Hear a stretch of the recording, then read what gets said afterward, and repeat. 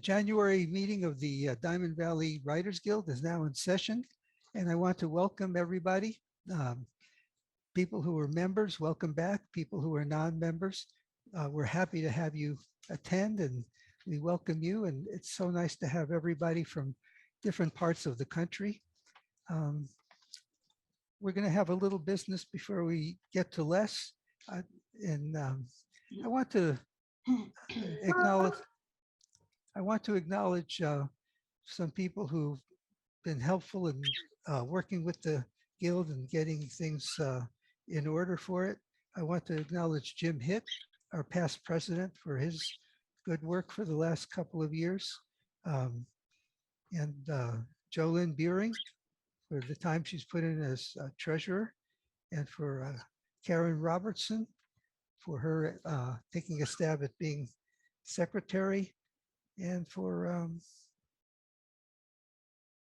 Sandy Hubbard for doing our writing tips. So all of that is appreciated. And one of the wonderful things about an organization like ours is it's a volunteer organization. And when people take time away from their writing to help other writers, it's a blessing. And I thank you all for putting in that effort. And I also do want to mention that all the people who serve on the board and as advisors and in the Guild, they're writers, and they write some wonderful stuff. Everybody in our organization.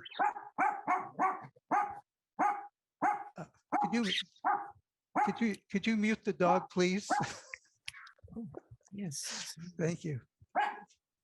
All right.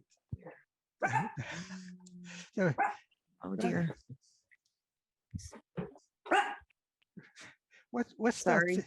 That's okay. Yeah, Mary, you know where the mute button is? I'm using a new device. Don't know how to do And it. there's a parrot that's screaming too, besides the dog. Oh. Um, Well, when the dog's barking, I like to ask, what's that thing called on top of the house? Roof, roof, roof. Anyway, sometimes what's that stuff on the side of the tree? Bark, bark. Okay, that allows the dog to participate. Okay, and I do want to mention that everybody are wonderful writers, and if you take a look at the Guild website, we do list our writers and what 3 books that they have out, and so take a look at that and see what they've done. And we have quite a few people who are published in different genres, and I'm among them.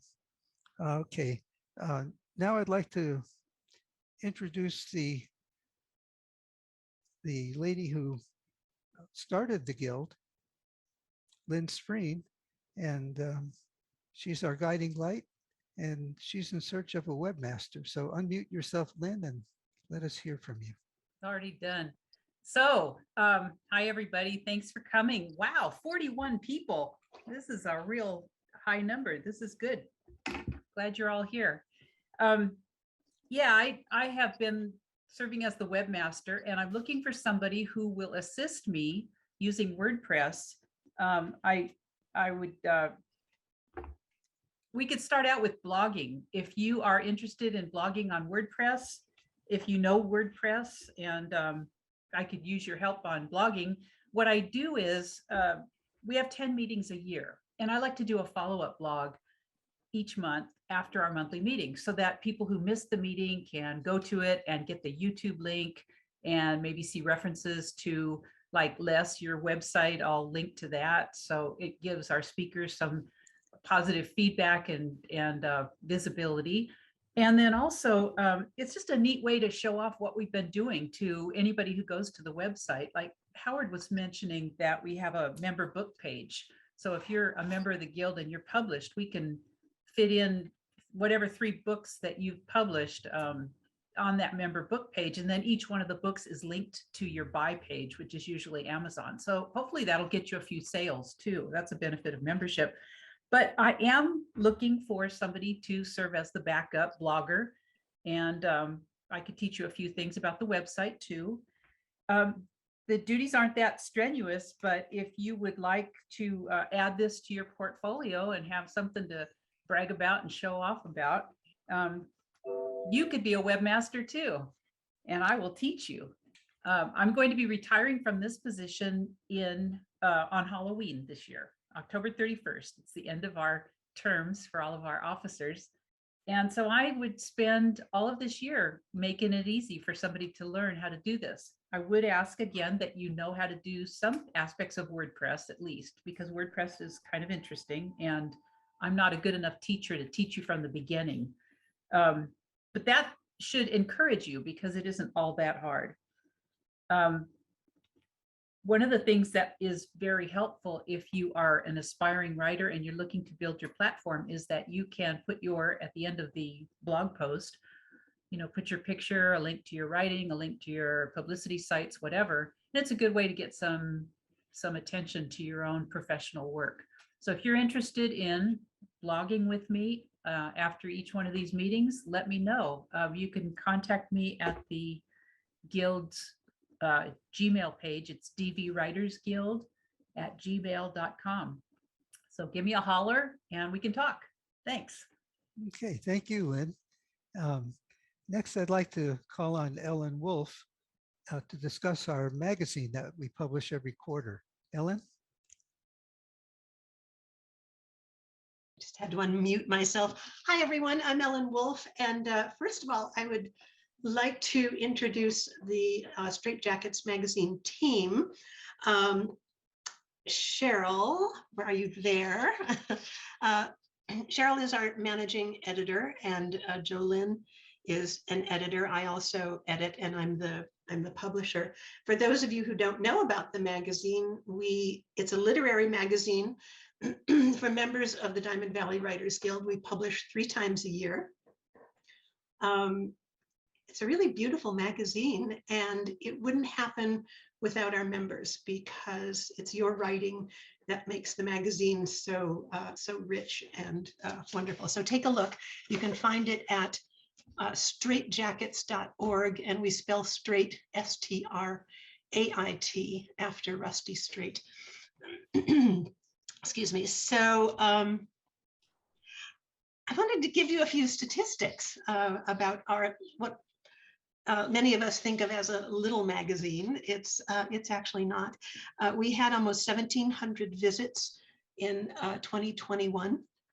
And if you divide 1,700 by 3 issues, that's about 566 visitors per. What is the wind got you all scared? Thank you. Somebody needs to mute their their thing. Anyway, and then the other thing I found out is that we're not just a little local literary magazine. We have had visits from all over Europe and South America. So I think that's pretty exciting. Let's see. We're about to work on the spring issue. The due date for your submissions is March 15th. We will acknowledge them as soon as you send them in, so you can start sending them now. And we begin to work on them March 15th and take about 2 weeks to get them edited and published. You can find information, guidelines about what we would like to see, just some basics. If you go to the magazine, open the table of contents, and up in the left-hand corner, there are 3 little lines. Click on those lines, scroll down to be a contributor, and you'll find information about word count, format, and that sort of thing. What else can I tell you? I think that's it. If you have any questions, I'm happy to answer them. But I do hope you will send your submissions because we wouldn't have a magazine without you. Ellen, can you tell them where to send it rather than to the? Oh, yes. Yeah. So send it to Straight Jackets. Wait a minute. I have to look at my little notes here. Straight Jackets Magazine @gmail.com. And again, it's STRAIT jackets @gmail.com. If Karen? you, well, did you mention that you have to be a member in order to be published in that magazine? In order to be published, you have to be a member. So we would love to have new members and experience your writing. It's also a great place to promote your book. If you've written a book, send us a chapter. We do have a word limit of 1,500, but we have been known to be kind of loosey-goosey around word count. Okay, well, and Anyone there's, else? I was going to add, there's also some beautiful artwork in the magazine. So it is a wonderful publication. Thank you. Yeah, and I'm always surprised at how well this little group is able to do. Now I'd like to call on Michelle Bassett, our Vice President, and also in charge of membership. Michelle? Had to unmute there. Good morning, everybody. So a lot of you have probably received emails. It's the first of the year, so it is time to renew your membership or join if you haven't. I'm going to put into the chat the different ways that you can join, and then I'll explain the benefits and such of joining. Let me make sure that I've got that correct in there. I saw several people in the chat asking how to do that and emailing and texting me. So I figured I'd just stick it in there. So to join, it's really, really easy. You can either do it through PayPal from our website or just go into your own PayPal account and put in our email address and send your money that way, or a check sent to our PO box. The benefits of membership include a variety of things. One was touched on by Ellen, the editor of Straight Jackets. In order to be considered for publication in our literary magazine, you must be a paid member. You do not need to be a paid member to participate. As you know, a lot of people today on our Zoom meeting are not. Welcome again. I'm so excited that we've had such a good turnout. You also, in order to have your published work listed with a link to purchase your book on our website, you need to be a paid member. You also get 10% off at our local Hemet Cameron Books, which they do order as well. So if you don't want to use a big company to get your books, they can ship it to any place as well. The last thing is you get voting rights in our annual elections. So that's the three major benefits that you get by being an actual paid member of our association. We recently instituted a new schedule for dues. We created high school and college memberships at a reduced cost because we understand that high school students and college students are on probably even a stricter budget than others. So our regular membership currently is $20, but that is going to be going up on February 1st. So if you want to take advantage of that $5 savings, you need to renew or join before February 1st. On February 1st, it goes up. We also have $10 for students if they're high school students, and $15 membership dues if you're a college student. That being said, if there are any high school students currently on this Zoom, which I'm assuming there are, since Mr. Cherlin made attendance part of your curriculum for your creative writing class, if you're a Hemet High School student, could you please message directly Jessica Bruce in the chat and let you know that you were here so she can take your attendance and let Mr. Cherlin know.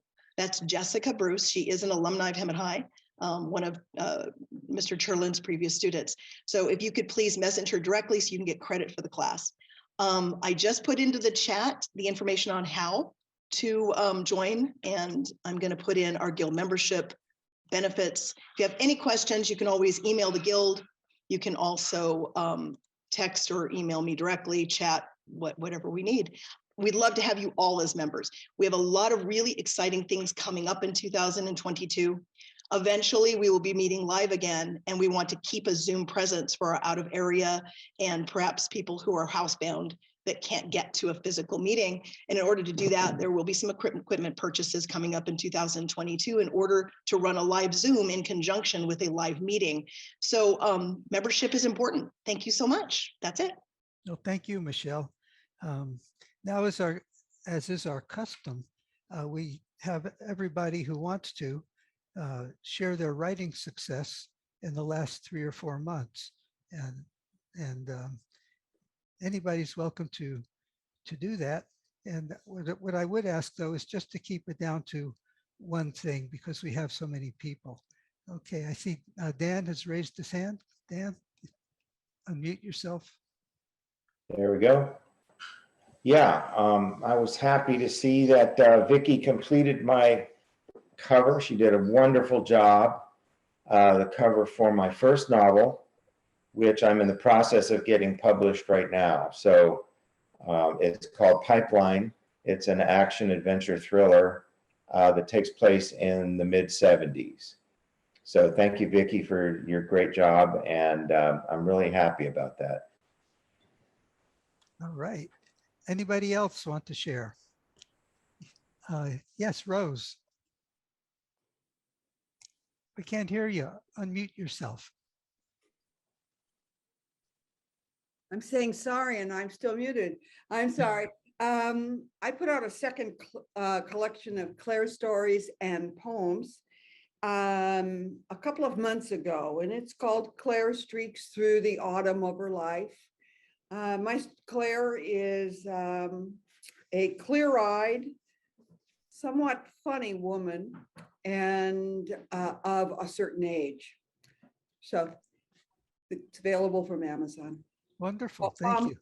Oh, and I'm going to be doing, if anyone is in Joshua Tree on February 27th, we're doing a book launch in Joshua Tree, and I'll be happy to send you the information or just check my Facebook page. I'll be posting as we get closer to that. Okay, well, thank you for that. Although you did exceed the one item. So. Sorry. Oh, I'm sorry. Okay, anybody else want to share? Yeah, I do. Okay, go ahead, Lynette. Oh, Go ahead, I'm sorry. Lynette. okay. I was published in part of an anthology called Expressions of Grace and Gratitude. So, yeah. Wonderful. Okay, who's the other voice? Dina is has put something into the chat saying, oh, I'm not a member, so I just go ahead, say it anyway. Yeah, go ahead. thank you. I won first on Reedsy prompt contest last week, so Wow, that was fun. wonderful. Yay. Wonderful. Thank you. Okay, Can anybody you else? tell me a little bit about Reedsy? I've thought about applying to it, but I've been writing for a long time, but I haven't been brave enough to put it out there. And I put out a short story that I wrote about one of the shepherds on the night Jesus was born, and a friend liked it so much, she said, could she share it? So that kind of freaked me out because it's less than 1,000 words, and she really, really liked the whole idea of the shepherd that was left behind because someone had to watch the sheep. So my pastor was preaching about 3 years ago, and I was like, yeah, but if they had any kind of business worth having, they're not going to leave the sheep in the care of the angels. So I was like, someone had to stay and guard the sheep. So I wrote it from his point of view, and she really liked it. So I've thought about putting some stuff on places like Reedsy. So do you have just a minute to explain really, really briefly? Absolutely. I mean, it was actually very easy. I'm using an editor through them right now, so I already was familiar with that. But I think it was $5.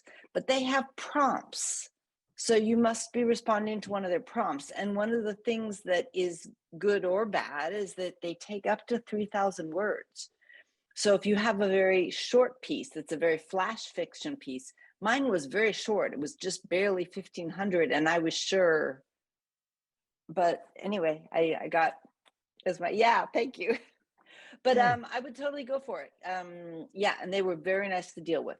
And I got my $250 in PayPal 2 days later. Wonderful. So thank you for sharing. Who else has had a success that they want to talk about? I do. Lynn, go ahead. Me. This book here, my latest one. We did this once before. I entered it into a contest and it won the fiction prize. Wow. So I'm very nice. I'm really excited about it. I've published it in August, and I have about 113 reviews. It's averaging a 4.4 right now on Amazon, and really getting good sales out of it. I'm very excited, but I can't wait to get that medallion and stick it on the front. All right. That's another question I have. How do you get reviews? Well, we can talk about that. That's a whole program by itself. Okay. And exactly. we sometimes do cover that, in these meetings because everybody wants them. So we occasionally have speakers that cover those types of topics throughout the year too. Yeah. And also I want to mention Ellen's book, Grateful for the Color Blue. Ellen, I, yeah. And she recently gave a talk, and I noticed on Amazon, she's getting some very positive reviews, lots of them. And it's a subject that you wouldn't think is really popular. It's the death of a adult child. And there are plenty of people apparently affected by that. And Ellen has found a spot for this book. It's a very wonderful thing. Thank you, Howard. I will just add that I belong to a Facebook group called Mothers Who Have Lost Their Sons. And I just posted the book and a little blurb about it. And I sold 35 books in a day and a half. Yay. So it's a good place to market. Look for some Facebook groups. But it's been, I really haven't done much marketing at all, and it's been selling quite nicely. Unfortunately, there are too many moms out there like me. Oh, Can I thank you. just say something else about Ellen's book? Early on when she launched it, we did a YouTube interview together, and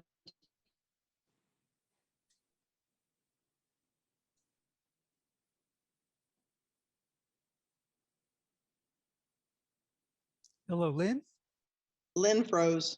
Yeah. I'll always remember you this way. Okay. Well, while we're waiting for her to come back, Carrie had a success she wanted to share, but she's kind of embarrassed because she's not a member. She didn't think she could. I'd love to share it. Yeah. or an email to A friend of mine told me that a lot of kids were losing a lot of people because of COVID. And I had written a story a long time ago. I'm a really devout Christian, and there's something called the fruit of the Spirit. And I always wanted to teach my kids about love and joy and peace and patience and kindness and goodness and faithfulness and self-control. And I had this idea years ago to use bears. But when I was 14, one too many people that summer told me my stories were stupid. So I stopped writing until I was about 42. And then I started writing again because of a catalyst kind of situation that happened. And I was just venting, and it turned into kind of a devotional about this is what I went through and this is what I learned and how I grew as a person and a professional and a Christian, and just it grew into stories. So my husband said, hey, there's a publisher on Facebook. You should send your manuscript. I'm like, yeah, whatever. You know, nobody's going to want a story about a bear that went to heaven. But my friend said, kids are really, really having a hard time about what happens after death. And some people have definite views about that. And I try not to find out about things, because when I do, I develop an opinion, and I'm pretty solid on the opinions that I develop because I take a lot of research to develop that opinion. So I really wasn't going to send this story, but when I did, this one was like, oh, we really love this. We really, really love this. You know, if you ever want to move forward. And then I got a bonus recently because I teach English to kids in China at 3:30 in the morning, which is a whole nother story because I'm a morning person. Yeah. So Okay. Well, let's move on. Thank you for sharing that, Kari. So I'm excited because I've never been accepted by a tradition. I've never applied to a traditional publisher. So do you have a class about that too? Yeah, people do About talk what to about look that. for? Yeah, it's a lot of our speakers Well, do talk about some that. of the meetings are recorded, right, Howard? Right. And I think Les is going to touch on that today. So let's move along so we have enough time for him. Anybody else want to share? Okay. Have I missed anybody? Oh, Howard? Greg, go ahead. Yeah, most of us that publish through Amazon, a lot of times you'll go either the paperback route or just the ebook route, whichever you're most comfortable with. They also offer just recently the hardback route. I think they call it casebook or something. So I thought I'd just try it out, this last book that I published. And so I had this rabbit killed by car during Arizona sunset. And I had it published in the hardbound deal. And I'm really kind of impressed with how it looked, how they put the thing together. It's a little more expensive. I think this one, it's it's under 200 pages, but it costs about $850 to print a single copy of it. But it really comes out nice, it looks nice, feels nice in your hand. So anybody who's interested in trying out a hardback as opposed to the paperback, you might give it a try because it works out pretty good. It takes a little extra time for them to do it, but it's worth the wait. What was the name of it again? Rabbit killed by car during Arizona sunset.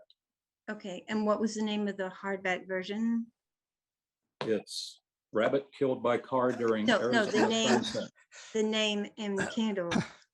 When you go to Amazon, your KDP gives you a choice of doing it in just a paperback, ebook, or the beta version now is in the hardback.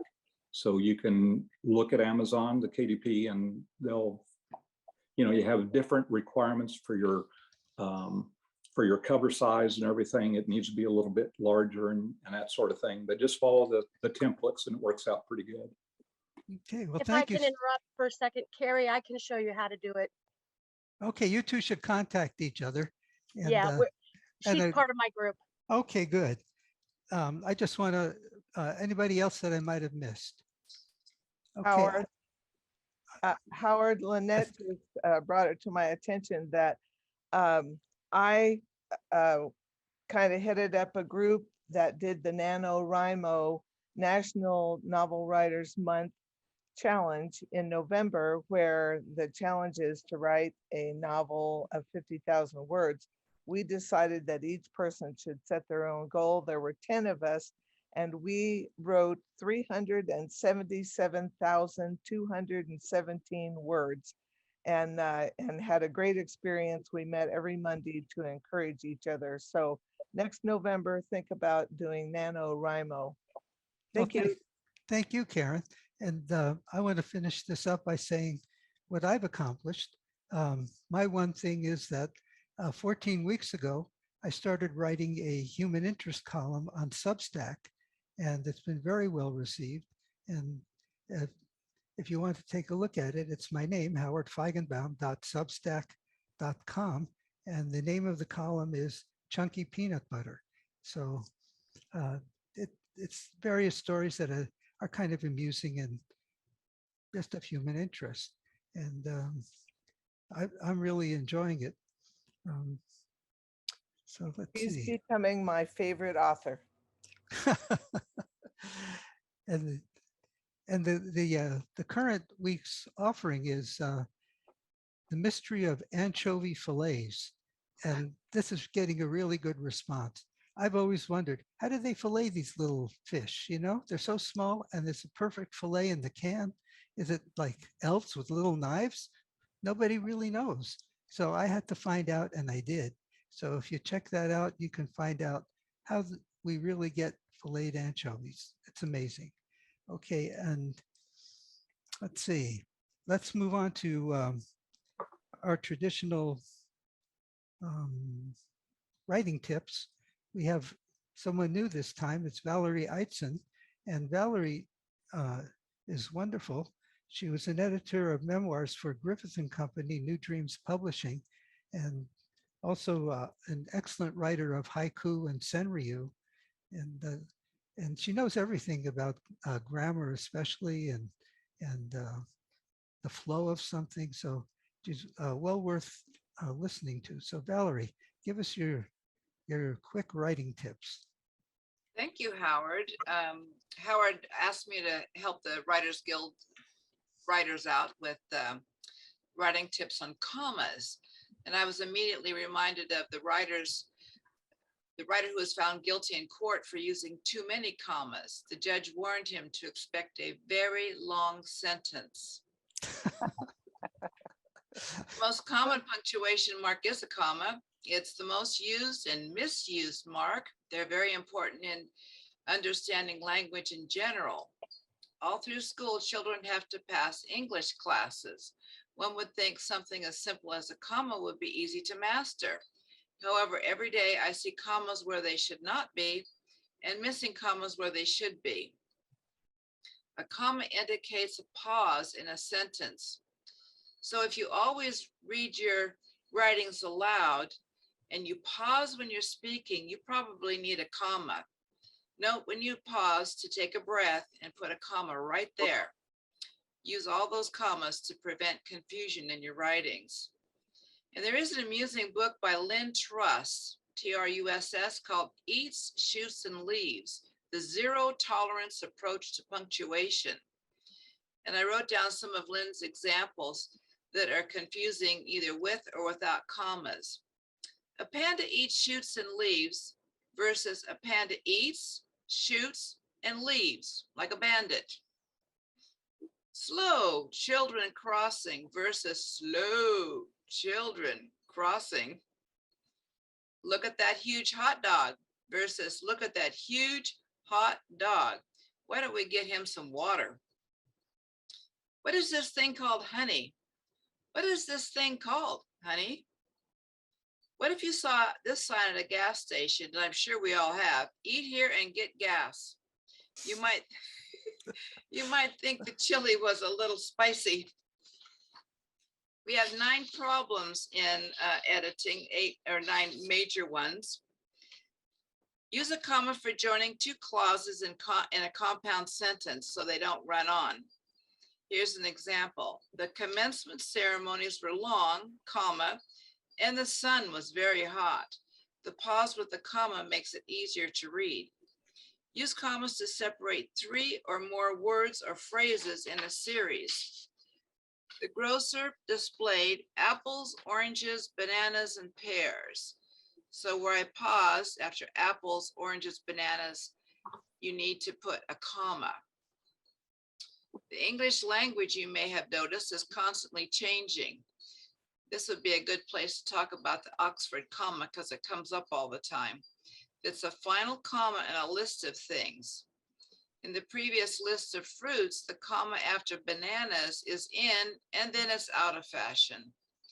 Currently, writers are using a comma after every item in a list, including before the word and in a series. The grocer displayed apples, oranges, bananas, and pears. Use of the Oxford comma is stylistic, meaning that some style guides demand its use while others don't. Chicago Manual of Style insists on it, but the AP style, the style guide that Associated Press newspaper reporters use, does not require the use of the Oxford comma. The sentence written before an AP style would look like this: apples, oranges, bananas, and pears. It does seem a little weird, doesn't it? Without that last comma. Always use commas to avoid confusion in sentences. This sentence is wrong. Above the sky grew more threatening. The comma needs to be after above. Above, the sky grew more threatening. And this I'm sure we've seen when we read something on Facebook. I like cooking my family and my pets. It should be, I like cooking, comma, my family, comma, and my pets. So whatever you choose, Oxford or regular commas, just be consistent.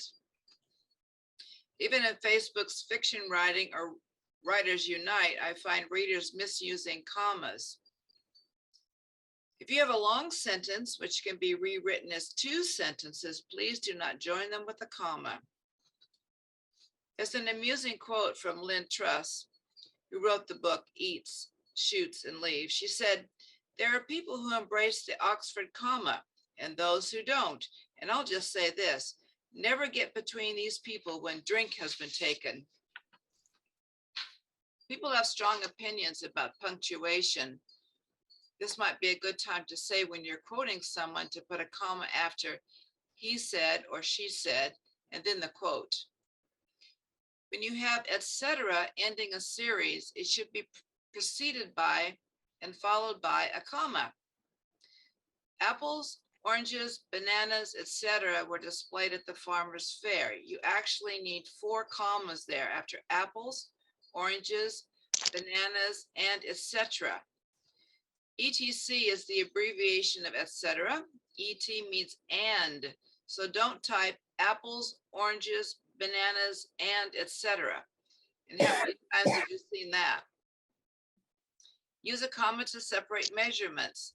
The stage was 4 feet, 6 inches from the floor.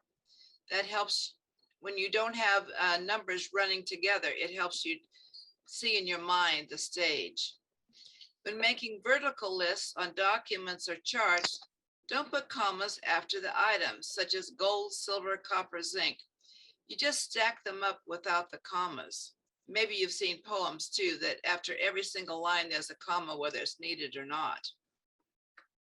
Don't use a comma between two adjectives preceding a noun if the comma destroys the relationship. Here's 3 examples. Huge box-like building. Quaint old mining town. Outstanding military service. None of those phrases need commas. Use a comma to separate the name of a person in his or her title. As in, we are happy to welcome John Smith, PhD, from Harvard. And well, professor, this is the first time I've heard of that idea, comma after well and after professor. And here's my pet peeve, the use of the word but, B-U-T, in compound sentences.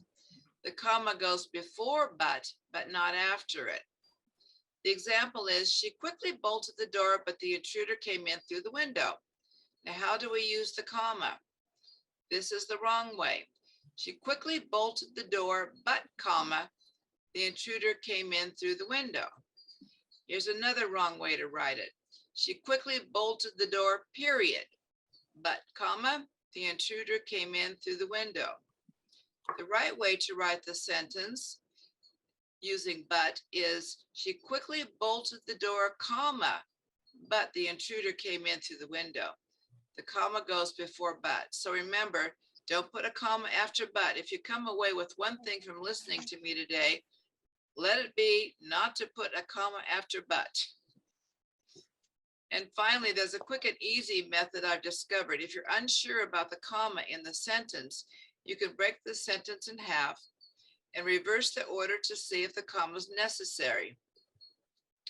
This is a wrong use of the comma. On Saturday, comma, the offices are closed. It might look okay, but reverse the order of the sentence to make sure. And write, the offices are closed on Saturday. You'll notice there's no comma necessary. Here's the wrong way. In recent weeks, comma, many changes have occurred. You flip the sentence.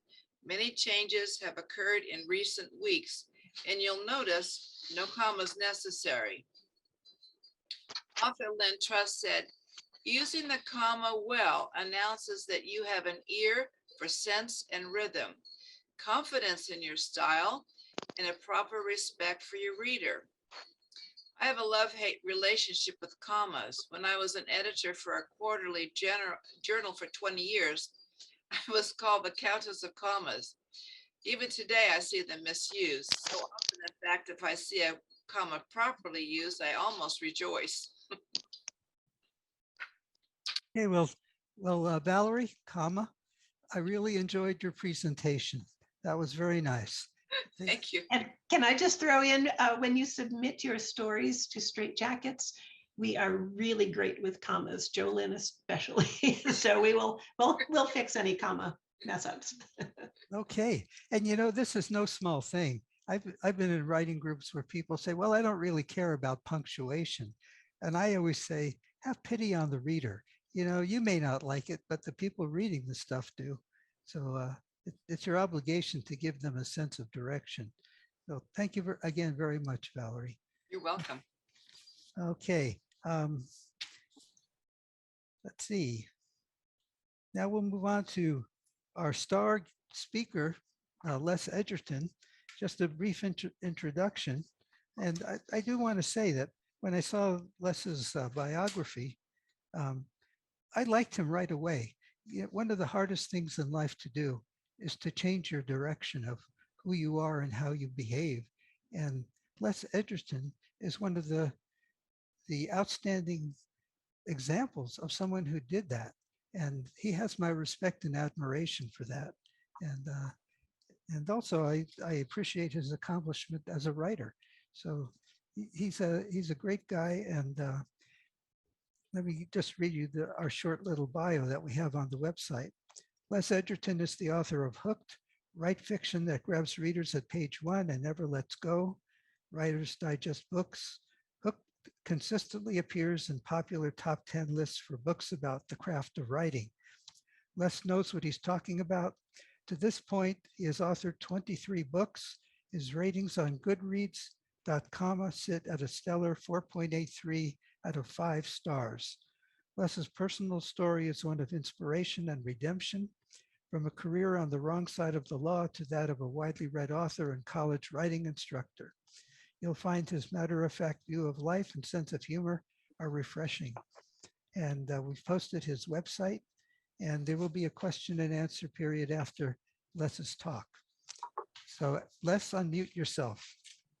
Yo, God, this is interesting. Should I just go ahead, Howard? Just go right ahead. All right. Thanks for everybody that showed up. I appreciate it. Hope we don't lose any more. The topic of my talk is as titled is story structure that will lead to publication. I have an online writing class that we have students all over the world. It's been going on for close to 15 years, and we've had close to 36 people published and or get good agents. So we're very proud of our record. And our only goal is publication. That's the only goal I can even think of as a writer, unless you like having your material only available in your room, which I assume most people don't. So what I want to do is I'm going to take a lot of this in my book, Hooked. And if you have it, everybody could show a copy, gets $1,000 from me. There it's one. There's monopoly money. So anyway, today's novels have changed a lot from, say, even 50 years ago. They've changed drastically, and it's because of movies and television. It used to be you could write a leisurely novel that began with a lot of backstory and setup and everything. Those days are long, long gone, simply because whether it's true or not, most modern people don't feel they have enough time to plow through things. At a time before television and movies, especially television, people would read a book leisurely and they'd take their time. Those days are kind of gone for most of us, not all of us, but for most of us. So today's novel is about one thing only. Every novel should be about one thing only, and that's very simple. It should be about trouble. That's very important to understand that and realize that. They're not about good things happening. If you got Jack and Jill, and they're both 4.0 students in high school, they both go to Harvard, they graduate magna cum laude or whatever, they get married in a perfect ceremony, they live 40 years together, have 2 perfect children, and die in bed together in each other's arms. That's not a story, unless you're family. A story is if Jack and Jill are in high school and they meet in college, and Jack or Jill marries a black guy, and Jack's upset about it, or their families are upset about it, then you've got Othello. You've got a story. There's trouble. So stories, please accept that, because that's the biggest truism there is in writing. Today's novels are about one thing only, and that's trouble. So because of television and movies and our attention spans and what we're willing to forego as far as our pleasures, we're not going to give a lot of time to backstory and setup. And so today's story novels, to have a good chance of publication, need to begin when the story begins. And that's exactly one place, always, when the trouble begins. Not 10 seconds before, not 10 years before, no time before. I've heard all kinds of things. People say, well, people won't understand my character unless they know her background. Well, that's baloney. You can't give me a setup that I don't recognize, or that the majority of readers don't recognize. I use the movie Thelma and Louise because I think it's the most perfectly written piece of literature or movie or whatever you want to call it ever written. There's not a single word, not a single scene out of it that's not needed in that story. It's a work of true genius. So I'm going to use that. I hope most of you have seen the movie and you can relate to a lot of what I'm going to tell you. So if you accept that the stories are about trouble and the stories, contemporary stories need to begin with the trouble, then they need to begin with what we call the inciting incident. It's whatever happens that creates that trouble for the protagonist. Okay. The definition of the inciting incident is that it's something that happens to the protagonist that creates and or reveals the story problem to him or her. That's it. And every single word in that definition is important. I teach a class online, and that's the first thing students have to learn. After they learn, they have to do an outline to proceed in my class. And our outlines aren't Roman numeral things. They're 5-statement, 15 to 20, 22 word statement. That's it. They're 5 sentences. 1 is describe the inciting incident. 2, 3, and 4 are the 3 major movements every novel makes, and they all do if you look at them closely. There could be hundreds and dozens or even hundreds of small movements, but there are always 3 major movements. And then the 5th statement is the resolution. And that's it. We don't do Roman numeral, Mrs. Gundy's Roman numeral things with pages and pages of character descriptions and all this crap. 5 statements, and that describes virtually any good novel that you want to describe. Okay, so in Thelma and Louise, how many people here have seen it? Great, quite a few of you. If you haven't seen it, please go see it after this, because I think it may bear out what I'm saying, that it's a perfect movie. You may not like the content, you may not like it as much as for entertainment value, but as a writer, it's the perfect vehicle. It's better than any novel, any other movie I've ever seen. There may be better ones. I think Camus wrote a pretty good one, but it still doesn't touch Thelma and Louise. It was a work of genius, I think. Anyway, the inciting incident in that movie, and I'm not going to ask people because you're all muted, I guess. The inciting, when I ask classes what they think the inciting incident is, a lot of them say it's when Thelma or Louise shoots and kills the would-be rapist, and that's not it. It's long past the inciting incident. The inciting incident is when Thelma goes to ask her husband Daryl for permission to go on a vacation. Okay, and he dismisses her out of hand. He says, "What? He's combing his hair. He's doing everything but paying attention to her." And she starts to ask him again, and he says, "What, Thelma?" And she says, "Honey, what would you like for supper?"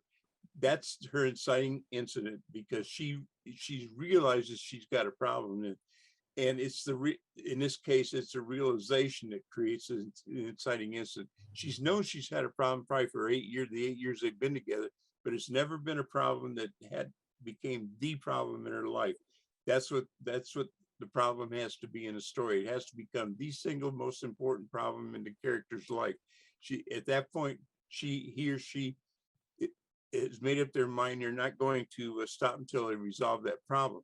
Now, in Thelma's case, she probably figured, well, I'll defy him. I'll go on this vacation. I'll come back in a weekend. We'll have a big to-do. And then we'll either get divorced or we won't, but things will change. That's what she assumes. It's pretty obvious.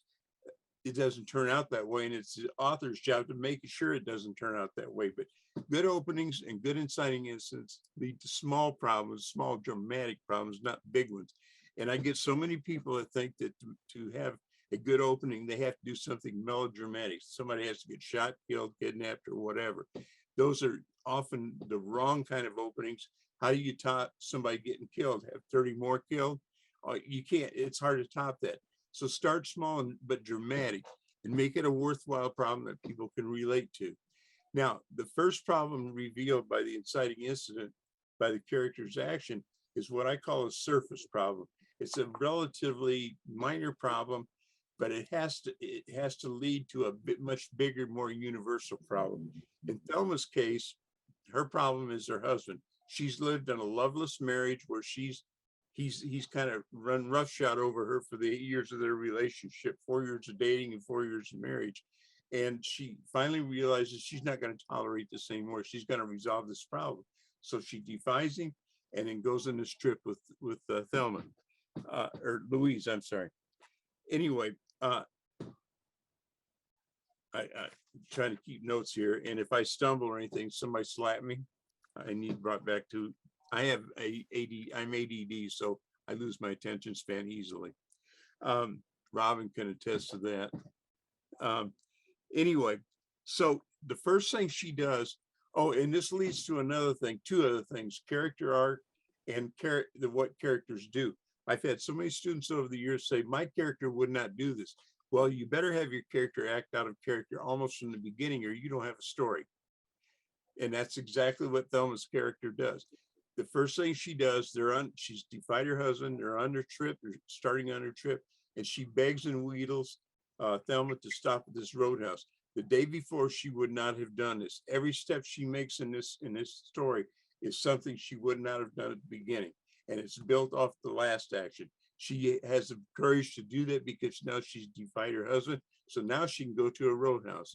And it defines her relationship immediately too, because she's seen right away as a child and Thelma's seen as the adult. They're the same age, but it doesn't matter. One's the older mentor type and the other is the child. And they're both going to change. But the only one that really matters is Thelma. She's the protagonist. And it doesn't matter what, this is not a co-protagonist movie. I don't believe in co-protagonists because you're dividing the attention. And Thelma and Louise is definitely not. There's two main characters, women characters, but Thelma is the protagonist and Louise is simply the older mentor type, archetype. Okay, so they start on a trip, and the first thing, and you better have her take proactive actions immediately and all the way throughout your thing. If you have a character that simply wanders from situation to situation, then what you end up with is an episodic novel, and there's no market for those except in your room. Nobody, no legitimate publisher will buy an episodic novel. And if you want to bring up examples like, oh God, what's the one with the knife fight or the sword fight? That look, it is episodic, but it's not an episodic story. And if anybody wants, I'll explain that further. Anyway, so every step that she takes along the way builds from that first defiant thing where she realized she has a problem, and every step is designed to resolve that problem, every single step. And each gets bolder and bolder, and each step is out of character from where she started. If don't ever use that excuse, my character wouldn't do that because that's not her character. That's going to doom you to failure as far as publication, I promise you. Okay. I like it better when I can interact with people, but that's all right. I'll pretend like you're asking me questions or challenging me or whatever. Let's see. Okay, so I hope you're all on the same page there. Start your story. A agent or a gatekeeper will often ask for the first 5-10 pages, and what they want to see is basically a little bit of your writing ability, but mostly they want to see if you're beginning in the right place, because they know that contemporary readers are not going to read a lot of backstory or setup. They're just not going to do it. And so that's going to doom your book right away. And I don't think anybody can tell me an instance where you have to have very much background or setup. Thelma and Louise, I'll go back to that again. Her situation, her backstory is she's been in a loveless marriage for 8 years, or married relationship for 8 years. Well, it doesn't tell that except by the setting. She's in a house. She's got curlers in her hair. She's got a refrigerator with recipes on it. And as soon as her husband comes down and they start interacting, you can tell right then what their relationship has been like. That's it. That's all you need. It's like if you got a story about a guy that's been married and divorced 5 times, you don't show all 5 marriages. You don't even show one of them. You don't show any of them. All you have to say is been married 5 times and everybody's got the background. Everybody will fill in everything you need to know about that guy, whether it's right or wrong. So you don't need, I cannot think of a situation where you need very much backstory at all for anything. And if anybody wants to pose one in the Q&A, I'd be glad to give my take on that. So anyway, let me see. I'm trying to read my notes here. Her surface problem is she wants to change her relationship with her husband. She feels trapped by him, but there's a bigger problem that's really at stake all through the novel, and that's what I've called the story worthy problem. That's a much bigger, more universal problem. Her problem can be resolved fairly easily. She can get a divorce, they can have a brouhaha, whatever, things can change.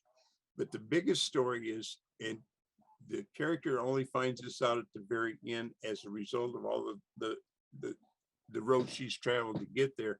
And her real problem is she's a woman trapped in a man's world. That's a much bigger, much more universal problem than being in just a bad marriage with one guy. Okay. Another thing that's very important are your two main characters, your protagonist and antagonist. The most important character in your novel is the antagonist, always. The protagonist is important, but not important. The protagonist and the definition of each is the protagonist. Don't assign moral qualities to protagonist or antagonist. If you do, you're going to get in trouble. You're going to end up with a cartoon. The protagonist is simply the person you experience the story through their viewpoint. That's it. Not good or bad, it doesn't matter. The antagonist is simply the person whose goals conflict most of all with the protagonist. Okay, that's it. Not good or bad. If you start making your characters good and bad, you're going to end up with a cartoon. You're going to end up with Snidely Whiplash versus Dudley Do-Right. One-dimensional characters, and that's it. You don't have anything. In fact, one of my best-selling books is called The Bitch, and that's not a pejorative title against women or a title for dogs.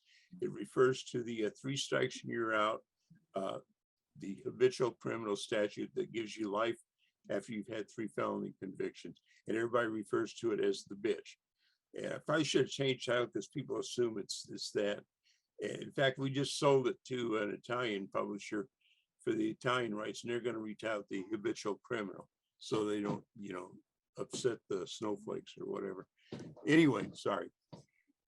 We don't want to do that nowadays.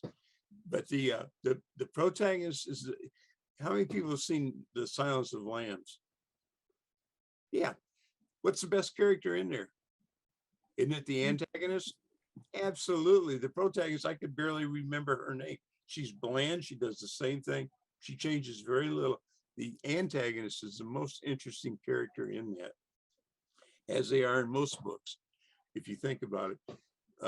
And in my book, The Bitch, it's about an ex-con that's had 2 strikes, and he's gone straight. He's changed his life, turned his life around. He's gotten married. His wife's expecting a baby. He's getting ready to open his own business. He's turned into a good guy, but it's about him through his point of view. He has an ex-cellmate get out that he owes a favor to. The guy saved his life back in the joint, and he has to do this favor, which is one of his specialties, a burglary. And everything can go wrong, does go wrong. But he's basically a good guy that's forced into a bad situation. So if you're applying more moral qualities to him, he would be the bad guy. Well, he's not. He's a good guy, and he's a protagonist. But it doesn't even matter. He does bad things too. Anyway, that's one of the biggest misconceptions that there are. In writing instruction, there's so many things I call bumper sticker advice. It's like show, don't tell. That it's got to be short enough to fit on a bumper sticker, and that's what makes it wrong. The proper saying should be show, but don't tell most of the time. If you don't tell in a novel, what you got is a screenplay. You don't have a novel. There is room for telling. There is room for exposition in a novel. Okay, you just want to be careful you don't have too much. Another one is write what you know. Well, that's BS advice, because if you wrote only what you know, unless you murdered somebody, you probably never write a murder mystery. If you haven't lived in the past or lived in the future, you probably can't write a sci-fi book. There's so many restrictions. Write what you know. It's write what you can convince the reader you know. That's much better advice, but it doesn't fit in a bumper sticker. But I see this stuff crop up all the time in writing groups and in writing instruction, writing advice, and they're part of the advice, but they mislead people greatly. Does that make sense? Shake some heads. Okay. But your antagonist is the most important character. In Thelma and Louise, I asked students who they think the antagonist is, and they'll say things like Daryl the husband, or this bad guy, that bad guy. The antagonist is Hal the cop. He's the nicest guy in there. All he's trying to do is help Thelma and Louise avoid jail at first. But he's not a bad guy at all. There's nothing bad about the guy. So if you applied that morality thing, good protagonist, bad antagonist, he wouldn't fit it. But his goal is, their goal is to escape capture. His goal is to capture him for their own good. But he's a true antagonist. He's doing everything in his power to thwart their goal. And that's all an antagonist does. His goal has to conflict with that of the protagonist. So please, if you think that way, please try to readjust your thinking. Don't make them good guys or bad guys. You'll end up with Snidely Whiplash or Snidely Whiplash and Dudley Do Right. You don't want that. It's a cartoon. It's one dimensional. It's not going to sell, except it's only going to be available in your room. Okay. And you want, when you begin the inciting incident, you should begin with a dramatic moment, not a melodramatic moment. In fact, should be very little, if any, if none, melodrama in your book. Okay. Again, like I say, if you start with blowing up a building, what are you going to do? Blow up 10 more buildings? If you start with a kidnapping, what are you going to do? Have 10 more kidnappings and they get worse and worse? They're hard to top. Start small and build toward big. That makes sense? Good. Okay. Some other things I'm going to throw in. If you want to achieve bestseller, which most people do, one of the keys is to have at least 6 to 8 water cooler moments in your novel. Now, does anybody know what a water cooler moment is? Okay, water cooler moments, some do, some don't. It used to be in offices, they'd have water coolers, and when office workers went on break, they would gather by the water cooler and they would exchange stories. Okay, one time people were gathered at the water cooler and this guy says, "You got to see this movie I just saw last night." This guy come out with a turban and a scimitar, a sword, and he's swaying, doing all this fancy stuff all around to the guy he's chasing. And finally the guy shakes his head, pulls out a gun and shoots him. Okay, that's a water cooler moment. That's what sells the movie. That's what sells the book. You want at least 6 to 8 of those in your book and plan for them. Make them big deals. Big dealize certain things, dramatic moments like that. Because that's what sells books. And that's what books are sold more by word of mouth than any amount of advertising. Promise you. Okay. That's just a tip. Another tip I'll give you on, and I give this to my class all the time, and I think it's worth the price of the class itself. Just as one piece of advice: do not end chapters the way you were taught to. If you end, most people, and I've had agents tell me this. I've had agents try to change my students' work. They said, "No, you shouldn't do this. This is not what we taught in PS 101." They end it when a scene ends or something major has been resolved. The worst place you can ever end a chapter. End every chapter right before the scene is resolved. I don't care if you have one more sentence to go. Do not end it there, because most people, look at how most people read. Most people read at night to get sleepy, to go to sleep. You don't want readers to go to sleep. You want them up all night cursing you out. All right. So in the chapter before it's resolved, and then the next chapter begin, you can resolve it in the next sentence, next paragraph. Doesn't matter, because people are creatures of habit. Once they're in a chapter, they will keep reading. And if you keep doing that to them, what you're going to do is end up with a book that people can't put down, and they don't know why they couldn't put it down. I read a book, and this is a good book to look for good books to inform you right, called Montana 1948 by Thomas Watson. I read the entire book. It's a little book, and I could not put it down. And I meant to read a few minutes and then go to sleep. When I got to the very end of it, it won the Milkweed Award. The guy that chose it for the Milkweed Award said the exact same thing. He says, "I was just going to read this before I go to bed. I could not put it down until I finished it." And so I use that for a model. I go back. I'm doing it right now. I'm writing a new book, and I'm using it for a model. I want to see how he achieved that. Why couldn't I put that down? It's a very quiet little book, but it's brilliant. So don't end chapters where they teach you to in PS 101. Those are the wrong places to end chapters. If you want to have a sleeper, that's where you end your chapters. I hope everybody here does, because I don't want the competition. Okay. So that's a piece of advice I think is worth the price of admission alone right there, because you won't hear I don't think you'll hear that very many places. Okay. You got to look at who your gatekeepers are, who the agents are, who the editors are. And not to be sexist, but the majority of editors and agents are young women that come from the East Coast colleges, the elite East Coast colleges. And what happens? A bright young lady, their parents will send her to Vassar or wherever, and they'll pay for her education, and then they'll subsidize her if she gets a career. It doesn't pay much. If she goes into editing, publishing, or being a agent or whatever, they will subsidize that. The boy in the family, they don't. He goes to Wall Street and he better make money because they're not going to subsidize him. That's why there are women. And I'm not trying to be sexist or anything. It's just kind of a fact of life. And so that's who's going to read your book, basically. And the way you get ahead as an agent or as an editor is they send you to the slush room and you dig through piles and piles of books they didn't ask for. And if you find one that works, that you think will sell, you take it to your boss. And if it sells, then you get promoted. And that's basically how promotion works. You have to look at the education of these people. They're 22-year-old recent grads for the most part. They've gone to Vassar or wherever, doesn't matter, Bryn Mawr, wherever. And they've read the classics. They've read books that are old that wouldn't get published today in their present form, for the most part. That's what they're picking your book on.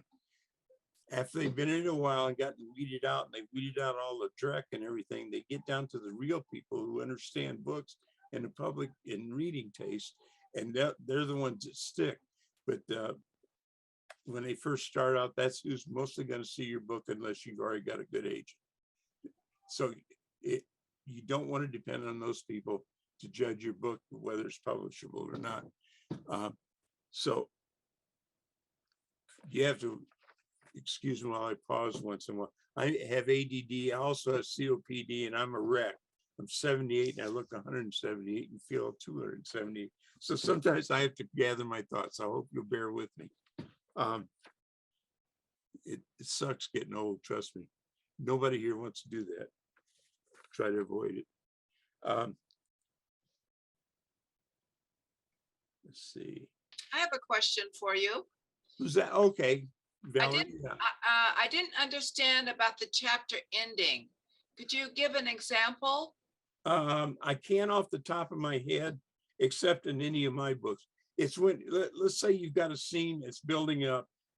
Say somebody's chasing somebody and they've gone through all kinds of stuff and they're barely one step ahead of the bad guys or whatever, whoever.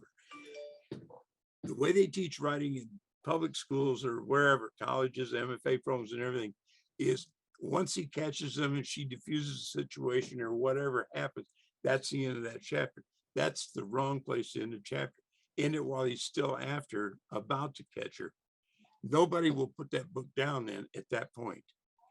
People are trained all their lives to read books that end in so-called logical places. The scene's over.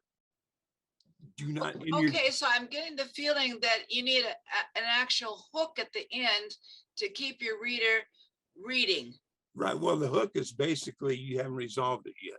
And they're if you've written it cleverly, they're going to be very interested in the outcome of that scene, right? Right. So you're not going to solve the problem. You're going to leave it up in the air, correct? And so why you just stop it in media res. You just end it right there. They have to go in the next chapter to see what's going to happen. Now you can either drag that out a little while in the next chapter, you can end it immediately. It doesn't matter because the way people are trained to read books, the way they've been reading books all their life, because most people don't teach this. So most books are not written this way. Most bestsellers are, whether by accident or on purpose. They don't end the chapters there. They make the reader get into the next chapter. Once you're into a new chapter, you're not going to put it down till you reach the end of that chapter. You just keep that going. That's the biggest piece of advice I can give anybody. And I shouldn't do it. I should keep that under my hat. I like you guys. So thank you, Les. I'm serious. Try it. If you haven't done that before. And always look at writing as a writer. Look at books as a writer, not as a reader. And look, if something affects you, you find yourself going to the next chapter when you know you meant to go to sleep a half hour ago. Find out why you keep reading. figure out what that writer did. That's how you teach yourself. MFA programs, that and 50 cents will get you a bad cup of coffee. That's about all. I've got one, and to one of the best schools that gives out MFAs, Vermont College. I thought it was a waste of 2 years. I really did. In fact, in our class, we have, I keep it to 10 students or less each time because I spend a lot of time on them, and that's 400. I also have an auditing feature where you can audit just like in a regular class, college class, where you don't participate, but you see every single thing we're doing. I had several MFA graduates come up to me after they audited the class and said, Les, I learned more in 10 weeks of watching you work with your writers than I did in the entirety of my MFA career. And I said, right, because they don't teach anything in those things. It's a bunch of crap. It's a bunch of patting each other on the back. I've taught in a lot of colleges. I taught at UCLA. I was writing residence for 3 years, University of Toledo. I've taught writing at Trine University, St. Francis, a bunch of places. Doesn't matter. Writer's Digest. Does not matter. I quit. I can't do it anymore because they don't see you as customer or as students. They see you as customers. They want repeat business. So what they do, they want you to teach what they call the sandwich method of teaching.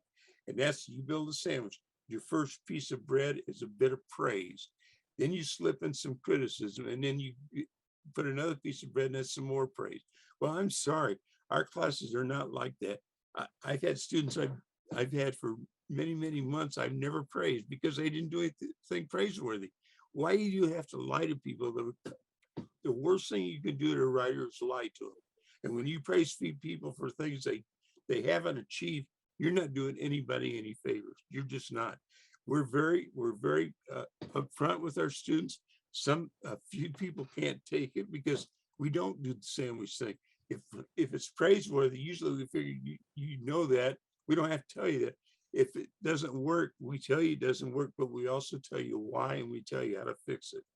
We're looking for people to get published, not get stroked. We don't care. So I hope that makes sense. I hope some of you will show up in class. And if anybody wants to audit to see how to do it, if anybody's a gatekeeper, like Robin's a gatekeeper, you can get it, just let me know you're a gatekeeper and I'll let you in free and you can scout and you can see the kind of work we're doing. Our last student that got published was Linda Thompson, and she wrote a book called The Plum Blooms in Winter. It's a Christian book. I don't believe in genres. I'm like, I forget his name.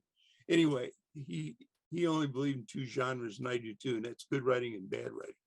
Story is a story. I don't care if you're writing sci-fi, romance, religious, whatever you're writing, the same rules apply. Same rules apply. Okay, so we don't pay attention to genre. It does not matter. Word counts and things like that matter a little bit, but you should know that if you're writing a vampire thing or whatever.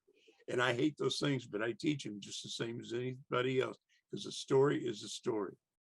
Okay, makes sense? Did that help you, ma'am?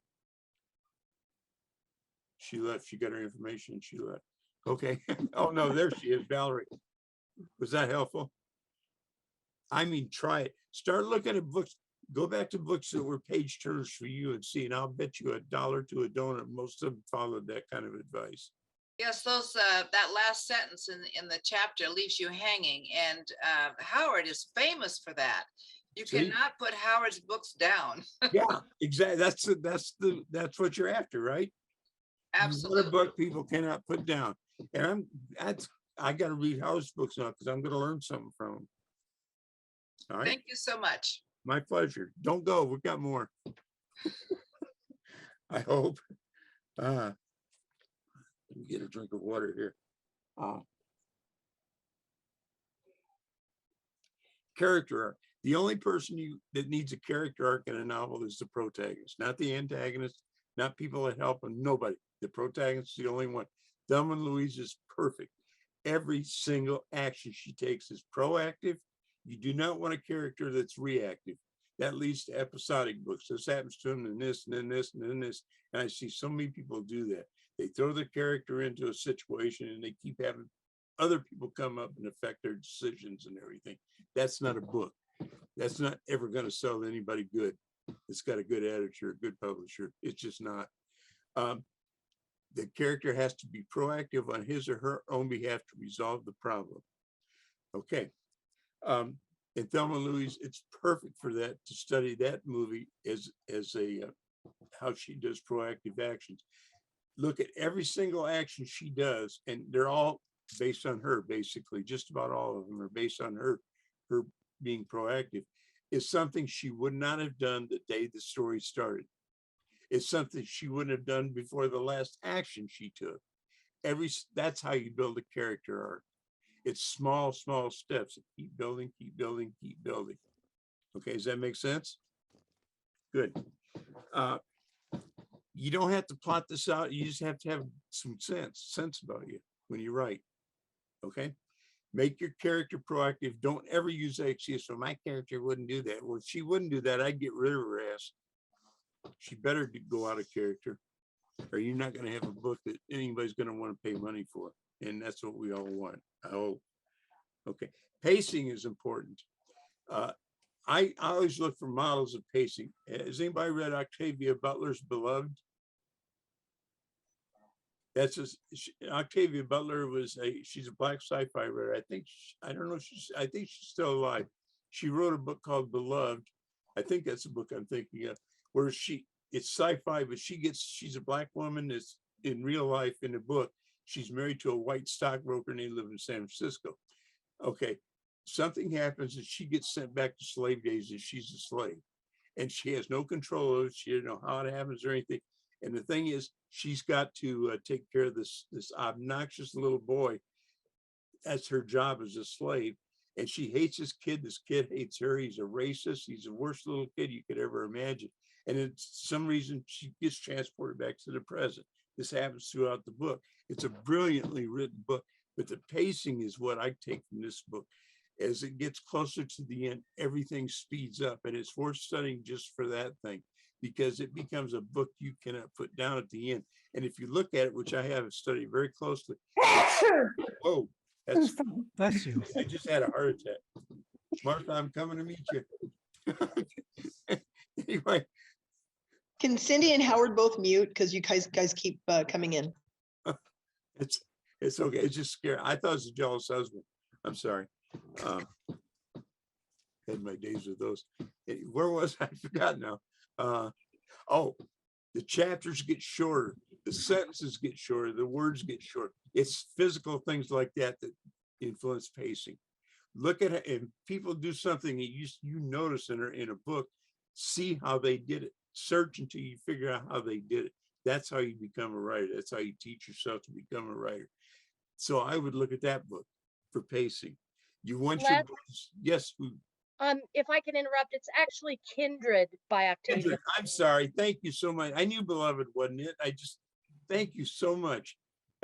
She said she's always the smartest person in the room.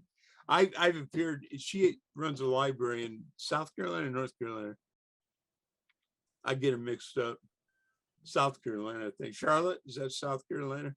That's North. Raleigh, North Carolina. Oh, okay. Anyway, she's brilliant. She really is. And is Carrie here? Carrie left? Yes, sir. No, I'm still here. Oh, I didn't see you. Okay, good. I'm glad you're still here, Carrie. They have the best barbecue in the world. If you're even better in Texas, and that's saying something. Trust me. Anyway, thanks, Robin. Yeah, Kindred. I'm so glad you're here. Librarians know everything. Anyway, chapter endings. Know who your competition is. In class, I have a problem a lot of times with my students. They don't realize who their competition is. They think their competition are their fellow students. Their competition are people they will never see, probably never meet. If they do, it's going to be briefly. Their competition is whoever the latest bestseller in their genre was. You've got to write a book that's at least as good, if not better than that person. That's who you're going to be judged against. So know that. It's not the people in your writing group. It's not those people at all. It's whoever's the big seller in your genre, which leads to another thing. I don't know how many people are looking for agents, but when you look for agents, use common sense. I'll give you an example. I had a guy that wrote horror horror stories. And he was looking for an agent. So he says, I'm going to find out who Stephen King's agent is and go to him. And I said, you do not want to do that. And he says, why? He's got the best guy in the world. And I said, yeah, you think he needs you? He does not need you, does not want you. And if he takes you on, who do you think he's going to get their book sent out first into the best sources? It's going to be King's book, not yours. Go to the guy that wants to make a name for himself, that's younger in the business, and go after that guy. I had another guy, same thing. He wrote thrillers, and he was going to write Jack Reacher's agent. And I said, why would you ever want Jack Reacher's agent? That's the stupidest thing in the world. And I'm sorry, but you got to call a spade a spade. It was stupid. You think if Jack Reacher's agent took this guy on that writes thrillers that nobody ever heard of, he's going to pay any attention to him? He's going to send him out to a second and third tier publishers. Wrong people to send stuff to. Pay attention to what, to common sense. Okay. It's not that common, as I found out. Let's see.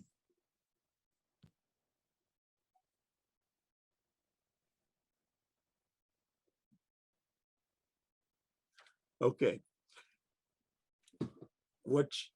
The way a story structure works is you've got your opening. It gives us the character a problem. That problem better be front and center on every single page. It doesn't. She doesn't have to name the problem or articulate the problem, but everything she does has to be aimed at resolving that problem. Everything.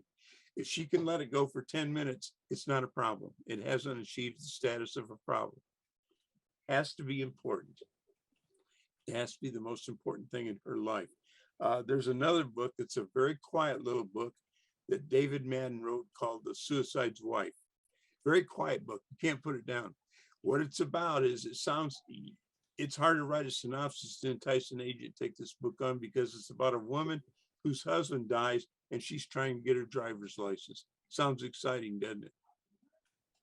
Doesn't sound exciting, but I guarantee you it is.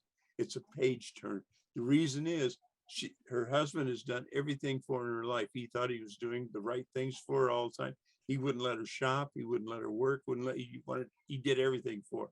So when he died unexpectedly, and they don't know if it's suicide or murder, that's part of the mystery. It's a story question. I'll get into those in a minute. But she tries to get her driver's license. Well, there's a cop at the driver's bureau that takes a dislike to her. He does everything in his power to keep her from getting that license. And that's what the book is about. She's got what starts out as a small problem, keeps getting bigger and bigger because she can't get it.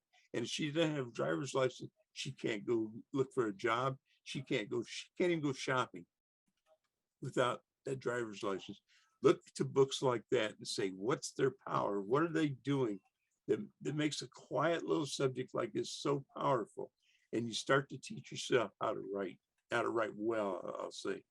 Okay, that's another book I always recommend, is The Suicide's Wife by David, who I say I already forgot. David Madden. Yeah, I think it was. They did a movie on that, and I can't think of her name. My dreamboat played the lead, and she didn't do a great job. But anyway, that's a book. I always look for books or movies to guide me in how to write a book. Not that I copy them, but I do. If something's good, copy it. You don't copy it verbatim. You copy what they did. You copy the technique. Picasso said, good artists don't borrow, they steal. And it's true. I've got that on my blog. It says, good writer, Pablo Picasso, good writers borrow, no steal. I've got Pablo Picasso crossed out my name in there. So there you go. Let me see.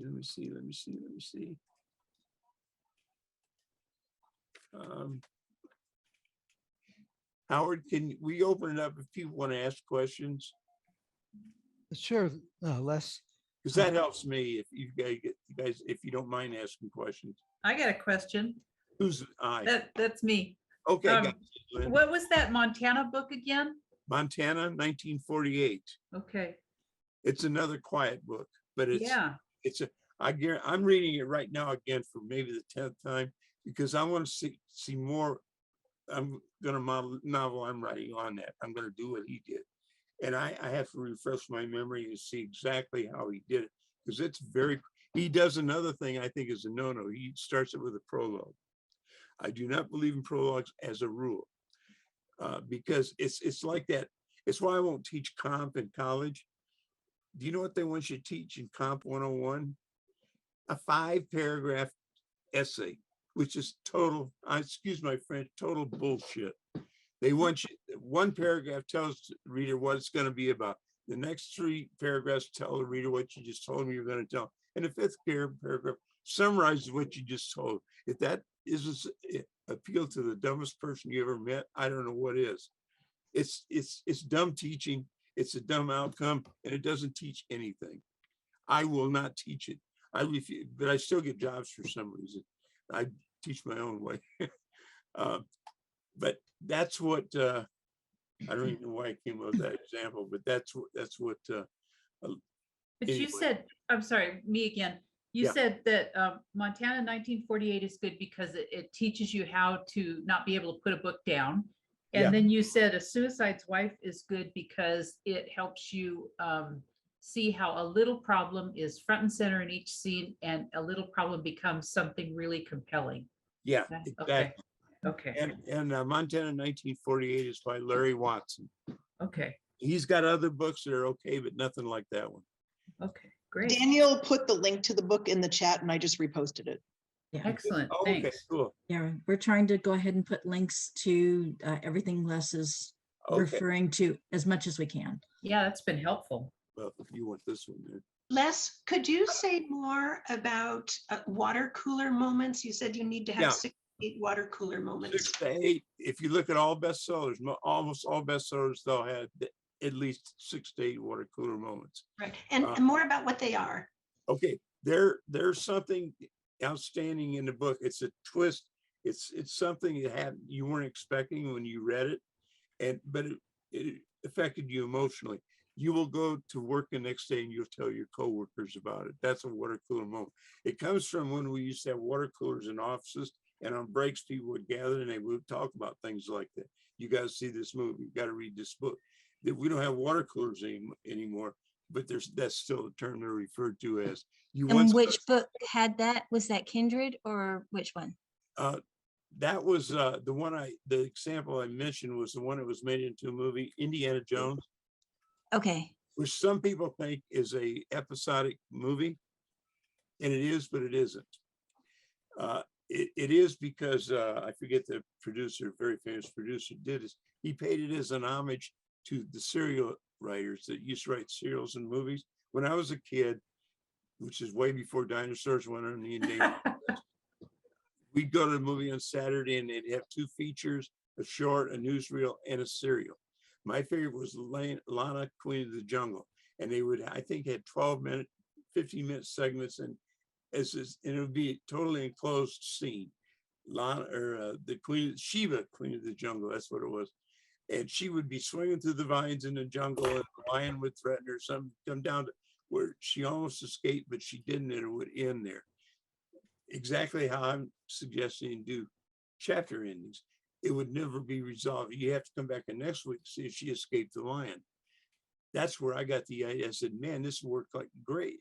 So that's the way that Spielberg structured it, but it's not an episodic movie because there is an overriding as everything in a good novel should have in that, even though it wasn't a novel to begin with, because Indiana Jones has an inciting incident when he realizes there's a scene at the beginning where he realizes his father does not respect him. They're both archaeologists, but his father dismisses him out of hand. And so the whole movie is him trying to resolve his problem of gaining his father's respect. Even though on the surface it's episodic, it's really not an episodic story. It is, but does that make sense? Mm-hmm. Yeah. But there, almost everything there's a water cooler moment in it. I still watch TV series where they're talking about scenes, the rock rolling down the hill, all that stuff, the sword fight where he pulls out a gun and shoots. It's got a ton of water cooler moments in there. That's the reason it was so popular.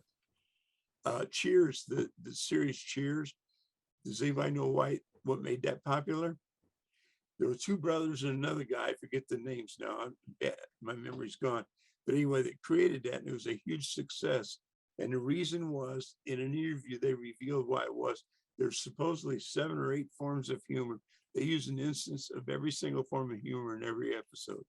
There's slapstick, there's pun, there's all, name them all. There's at least one example of every form of humor in every single episode. So it appealed, on some level, it appealed to every single viewer. I have a question, Les. Yes. Is it better for a writer to write something that he's interested in, the subject he likes, or is it better to look at what's selling and adapt your Ooh, writing? good question. Okay, I only have my answer. I used to write magazine articles. I wrote hundreds of them. I made a lot of money. Wasn't very interesting. I quit. Today, my advice to anybody who wants to write is write the book you want to read, but nobody has written, so you have to write it to read it. That's the only reason I write a book. I don't care about the audience. I don't think about that or anything. I write a book I want to read because nobody's. I usually write 2 or 3 novels, sometimes more at a time. I'm ADD, so it's a blessing for a writer because when I get bored with something, I just close that file and pull up another one and I'm off to the races. I don't have any downtime. Okay, so ADD is a blessing. If you got it, you're lucky. You're a born writer. Is that you, Robin? Yeah, I had a question about, you were talking earlier about your 5-point outline that you have your class do. Can you talk a little bit more about that? Sure. Good, good. There's 5 sentences. That's it. It's very short. The reason I came up with this for class purposes, for one thing, I've seen so many writers start a novel and it usually peters out around page 60 to 80. It's because they don't have a map. If I'm going to drive to Adak, Alaska, I've never been there. I know generally it's kind of north and west, but if I don't have a map, I'm going to waste a lot of gas and a lot of time. So this is a way I know right away if the writer's on the right track. They have their first statement has to be the inciting incident, a brief description of the inciting incident. Okay, if that, first of all, I have to approve the outline and then I have to approve the first week. New writers can only submit up to 5 pages. I will know within 2 pages if they got the inciting incident, if they're starting right. So if it doesn't matter, if they start with a bunch of backstory, don't even get their inciting incident, it's time to throw it in the trash bucket, take it out in the backyard and bury it so deep you can never find it again. Now start the story where you said you were going to start. We save a lot of time. I'll give you an example. I have had a student called Megan Beaumont. Look her up if you want to. She's got dozens of books out now. She started my class. I started teaching this class at Phoenix College, not Phoenix University, but Phoenix College, the real school. And it was a 12-week course. She went 10 weeks and I would not, they call it inciting incident hell. My students have named it. I wouldn't let her out of it because she kept starting in the wrong place. She would not start where she indicated the story started, which made sense. So finally she got it. I passed her. She's got the record, but I've had people go 5-6 weeks in a 10-week course and they're not going to go any farther because it's going to peter out if they don't nail the inciting incident and don't start with that and base everything off of that, it's just not going to work. I know it's not going to work. So we're both wasting our time. That 10 weeks she spent, she told me later, she flew me out for her book signing at the, what's the Scottsdale big bookstore? I forget the name of it. It's a huge bookstore. Anyway, she and her husband flew me out for her opening, for first signing. And she told me, we went out to dinner. And she says, Les, I used to I had your picture up from a clipping and I used to throw things at it. I used to cut you out. My husband used to have to calm me down, get me drunk. Joe, he's a big guy. And she said, I hated your guts, but I saw what you're trying to do. And she said, when she did it, now she writes everything. She writes thrillers, noir, romance, everything. She's winning awards like left and right. But she would. What was her last name, Les? Beaumont. Okay. She writes under a couple different names, but that should bring up most of her stuff. Megan Beaumont. And she's one of our best students. Look up Linda. There's some Christian writers in here too. Linda Thompson, she wrote a best-selling Christian novel. She was our last success story. It's winning all kinds of awards and everything. We take everybody, I don't care. But anyway, okay, the first sentence has to describe the inciting incident. Okay, now when we're doing our count, it's from say roughly 15 to 22 words for the entire outline. We don't count articles like the and that, and we don't count proper names in that. Just the action word, the nouns and the verbs. Okay, the second through fourth sentence are the three major movements that a story makes. Thelma and Louise, the first big thing that happens is Louise shoots and kills the would-be rapist. Okay, after the inciting incident. That's what I tell our students, that's when you got to put yeast in your book and make it rise. Up to that point, Thelma and Louise were just defying her husband. They were just having a good time. The guy tried to rape her, but everything he did was based on what she did to entice him out. She didn't even realize it out in the parking lot. Okay, that sets them on another course. The writer, Callie Corey, just put yeast in the problem and blew it up. And that's what the writer has to do. That's why you can't have your characters act according to their character. They have to act out of character, or it's not going to work. I promise you it won't work. You'll be stuck at page 60 to 80 if that's where you're going to write a book. How many people have had books like that are unfinished novels? I've had a bunch of them. Oh, I just wanted to say, my second book, I threw away the first 5 chapters because I realized that it was all fluff before that. Who's talking? That's me, Lynn, right here. Oh, gotcha. Anyway, I wanted to ask you, so the 3 major movements, so Louise shoots the rapist, Yeah. and then kind of like in a sense, what would the other 2? Now there was probably a dozen small moves before that, at least. Okay, yeah, sure. So we're counting the 3 major turns in a novel. Okay. And almost always 3. Almost always. You can always identify 3 major ones. I'm trying to So if you're talking about plot points. where a major change came, a major change in the novel. Okay. And you're going to have those in a good novel. If it's even all the way and there's no ups and downs, you don't have a novel. You got, I don't know what you got. It's not sellable, I don't think. Okay. God, I can't get out of this screen because I've got those things written out. I'm just trying to remember them now. It's a little hard. That's an example of one major move. Oh, the second one and the biggest one is when she has sex with JT. Brad Pitt. Remember that? Okay, the reason that's the most important scene in the novel, not because of the sex, and this also illustrates why there's no co-protagonists in there. They both the ladies have sex with their boyfriends or with a guy, right? Same time. They don't show Louise's, do they? She's not the protagonist. She's not a co-protagonist. It's not important. What's important is that scene with Thelma and JT. And what happens, and a whole bunch of things happen in that scene. If you recall it, they sweep the little miniature whiskey bottles off the table. Okay, that's getting rid of her childhood. Before that, she always drank miniatures. That's what kids do, not adults. Okay. After that, she switched to regular. There's so many things going on in this scene. They have sex. The main thing is he treats her as an equal adult in that. And even though we don't see her and her husband Daryl having sex, you can pretty well guess what their sex life's like. It's like high school shit where he's doing her in the backseat of the car. Wham, bam, thank you, man. It's over in 5 minutes. Okay, that's for the first time in her life, she's been treated as an adult by another adult.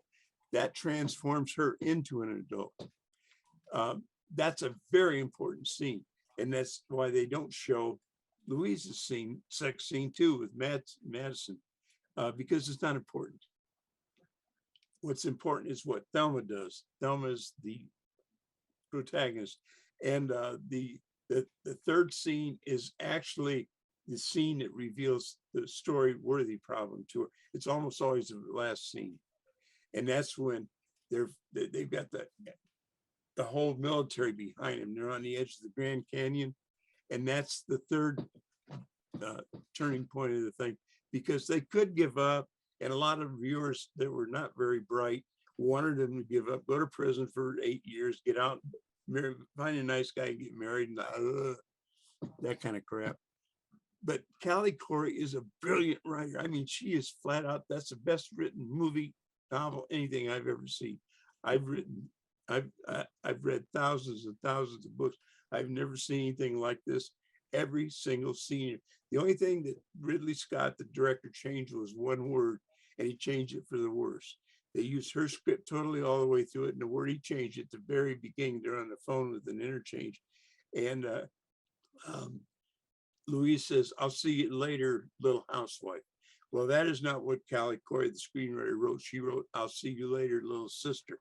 And Ridley didn't give the viewer enough credit for their intelligence. He figured the viewers would think they were literally sisters. Well, no, they wouldn't. Viewers are a little smarter than that. They knew they weren't sisters, but he changed it, and he changed it for the worse. If he'd have left that alone, it would have been a perfect movie. The only flaw in that movie I can ever find is what Ridley Scott changed. And it was only one word. Anyway, that movie, I've been threatening for 20 years to write a book on that, and I've got a lot of material on it already. And I want to. I've had trouble with publishing. Actually, I had Writer's Digest offer me a 10,000 advance years ago to write it, but they wanted me to include other movies. And I thought, I'm not going to do that because other movies, this movie has all the power in the world. Why would I throw other things in that are flawed? I did. This is a perfect movie. So anyway, that's my problem. Actually, if you guys have Hooked, I have a success I want to talk about. Out of the blue, a couple of months ago, a Japanese publisher just picked up Hooked and offered me $2,500 for Japanese rights, and they're coming out with 2,500 copies. So, as an advance, that's pretty decent advance for a book. It's like 15, 17 years old. So that was cool. Anyway, so the fifth thing, the fifth sentence in Thelma and Louise thing was when they make the decision to go on with the trip. Now, Callie Corey said she never even thought of suicide when she wrote that. She thought they were just going to continue the trip. It really surprised her when people saw it as intentional suicide, because she didn't think that way when she wrote it. And she said the girls didn't think of it as suicide. They thought they're just going to continue their freedom, which they did. But the thing about good endings, we used to teach people that endings were either goal achieved or goal unachieved, which was wrong, like a lot of things we used to teach, and some people are still teaching. A good ending has a loss and a win. That's it. A loss and a win. Now, their loss is pretty evident. They died. Their win was they died on their terms and they achieved their freedom from men. Okay. Now, people think, oh, that's terrible. Well, Beloved is the one, Robin, I was thinking of. That's when she kills her child to keep from slavery, right? Yeah. See, that's an accepted trope. That's fine to do that, to have your characters die, and they did. Anyway, I hope that answers. If anybody wants, I've got the thing in a file, and I can't get to it because I don't know how to do that here, but I'll send them the outline of it if they're really interested. Thank you, Les. You're welcome. But Definitely, yes, I am. Thank you. Okay, but we from that, everybody in the class, I've got a lot of old timers in our class who are a lot smarter than I am, that just keep coming back and writing books because they find they sell their books. And we've that know more than I do at this point, but they're quick to jump on a newbie and say, this ain't gonna work. And I've got, I guess, a couple of sayings I've worn out because I'm not very creative in my criticism. One is take this crap out in the backyard, bury as deep as you can so you never find it again, or I'm throwing up in my mouth. And people are used to hearing this, because we don't tolerate bullshit. We just don't. It's either good or it doesn't work. That's it. There's no, it can't be kind of good. It either is good or it isn't. Can I ask a question? Yes, ma'am. Co-antagonist. Why not? Why can't there be more than one? It's like, because you can't. Yeah, you can. And I don't think you're going to sell your book. Co-protagonists are like antagonists are like co-protagonists. You've divided the attention. Why would you want to do that? because the antagonist is the United States government, and they don't show up until the sixth book. But their influence is there, isn't it? Oh, yeah. Well, But yeah, I was thinking a little protagonist like along there's, the way. I think, I don't know if it's in Hooked or my other writing book, Finding Your Voice, that I talk about that very thing. If you can't have this guy against the United States Army, give him a general or a colonel or somebody like that to focus on that does most of the things. We can relate to that. We see 1-on-1. We don't see 2-on-1 or 2-on-2 or 1-on-8,000. You can't even visualize that, can you? But you can visualize mano a mano, right? It's like if you're writing a scene, let's say you're writing a Civil War story and they're having a fancy dress ball. You don't want the protagonist and the antagonist to get into a tete-a-tete in front of the whole thing. You get them out on the veranda by themselves or with a very small gathering. You always want to isolate people 1-on-1 as much as you can. Well, actually, I have them notched. It's sort of a cause and effect. The government wrote a law that doesn't work for somebody, and they're just trying to survive, and then they have to deal with it eventually.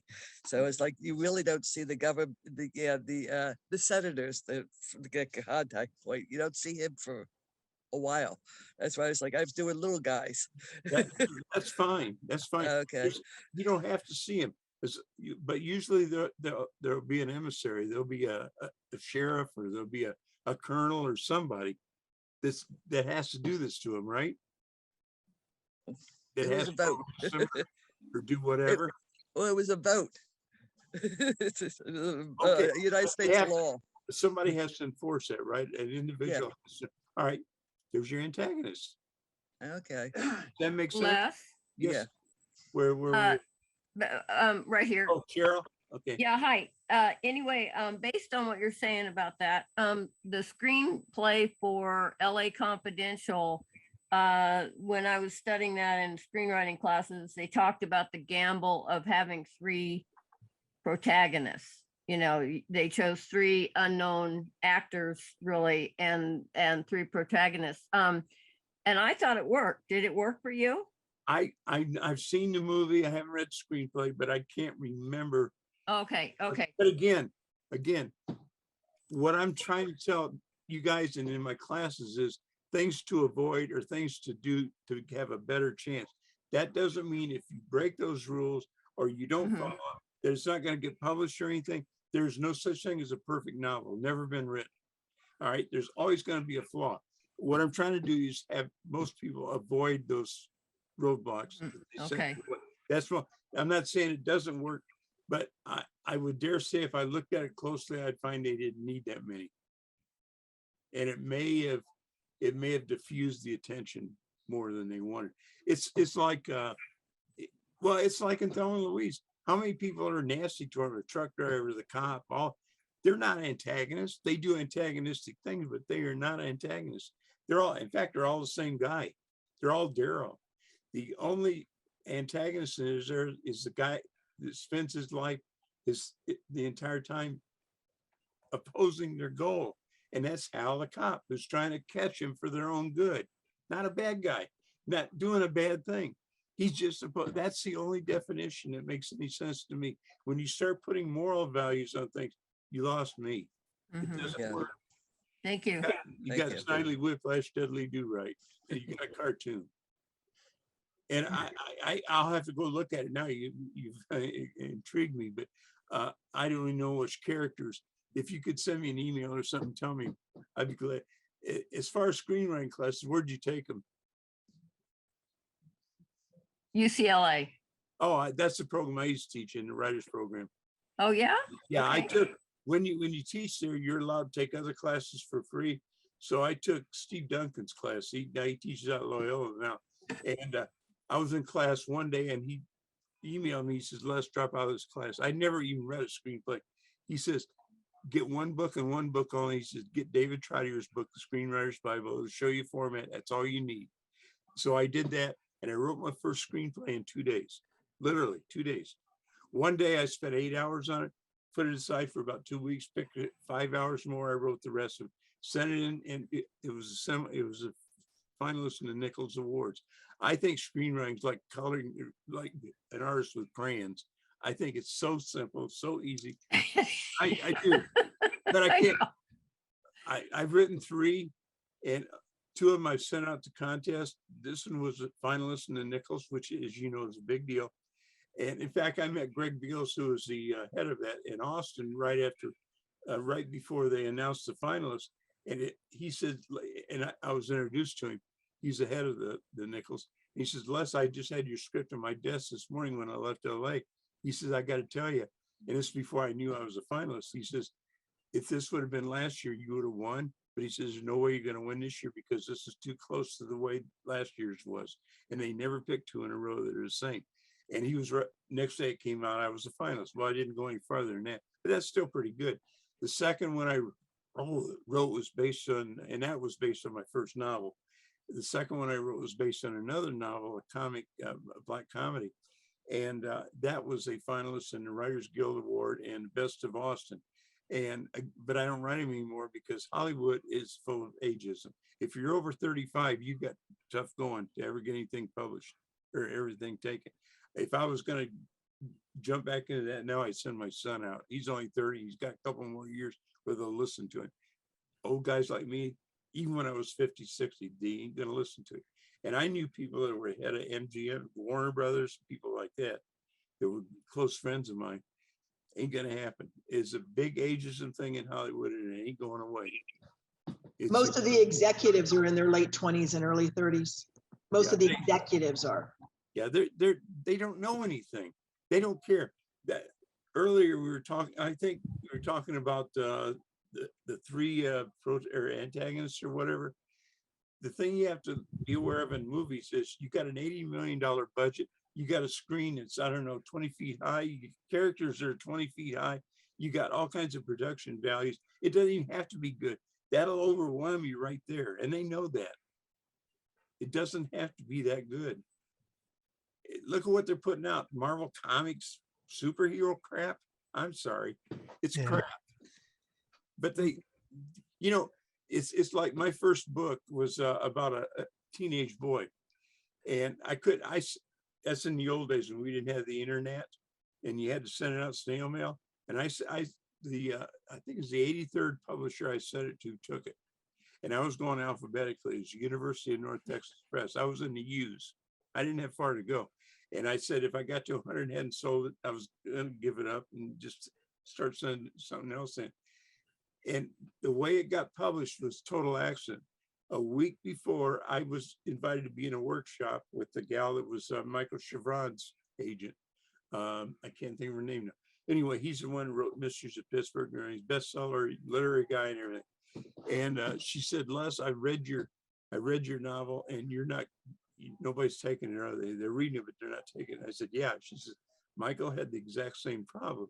She said, the problem you've got is you made your protagonist a 13-year-old boy. I said, yeah. She said, Michael did the same thing, could not get anybody to take it. She said, the single worst demographic in reading is teenage boys. They do not read. They're the single best focus group for movies because they go to movies and they go to movies more than once. They'll go 5, 6 times the same movie. She said, but they do not read. She says, I'd advise you to do what I advised Michael to do. He turned Mysteries of Pittsburgh into a frame story. She says, if you do the same thing, I think you'll see results. So I did. I went home that day after the workshop and I wrote 2 beginning one where the guy's an old guy looking back on his childhood, and the ending one where he comes back to when he's an old guy. And next publisher I sent it to took it. Luck and things like it, the stars have to play a part in what you're doing, what happens. And that wouldn't have even gotten published by that publisher because it's the University of North Texas Press. They had never published any fiction before that. Mine was the very first. Okay. What happened was the editor came in that morning, or the publisher, I'm sorry, it's a publisher and an editor. Publisher came in that morning and her assistant took a coffee and had spilled it.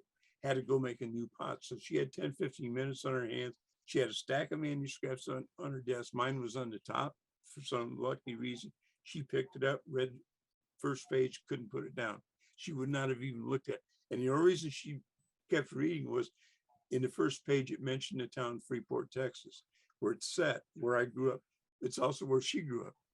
I did not know any of that. And if I wouldn't have done the frame story, she wouldn't have taken it anyway.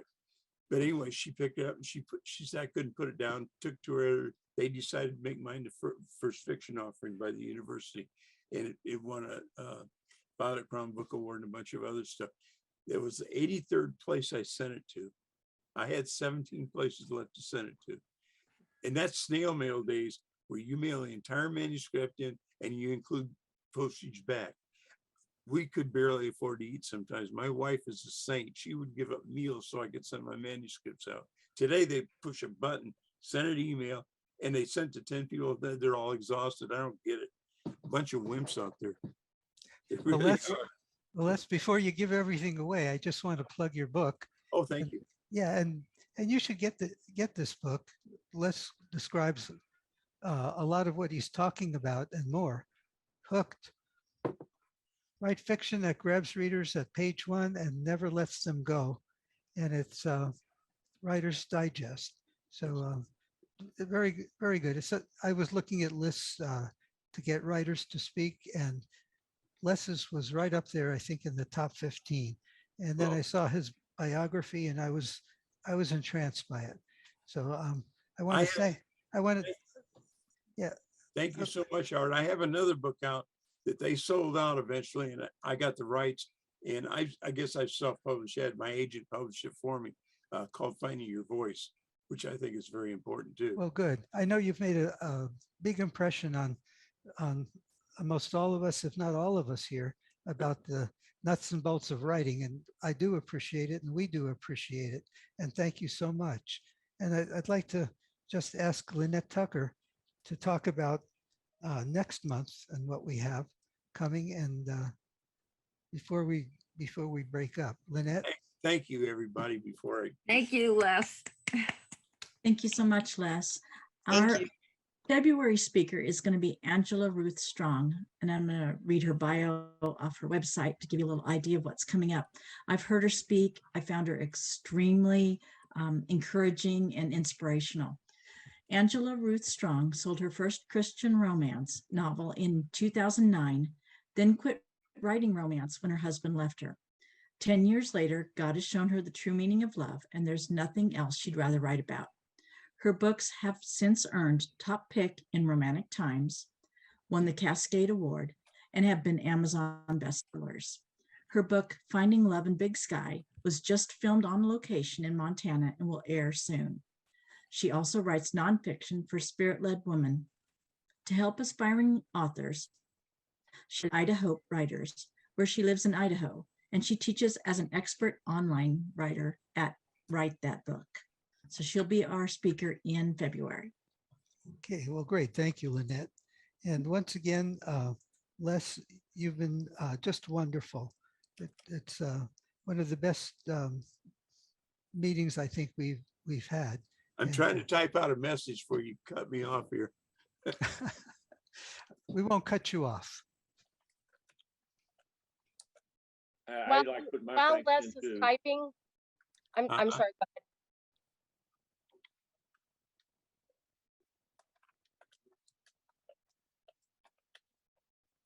While Les is typing, I wanted to let y'all know he has written a memoir called Adrenaline Junkie, and it is so much of a wild ride. Y'all will love it.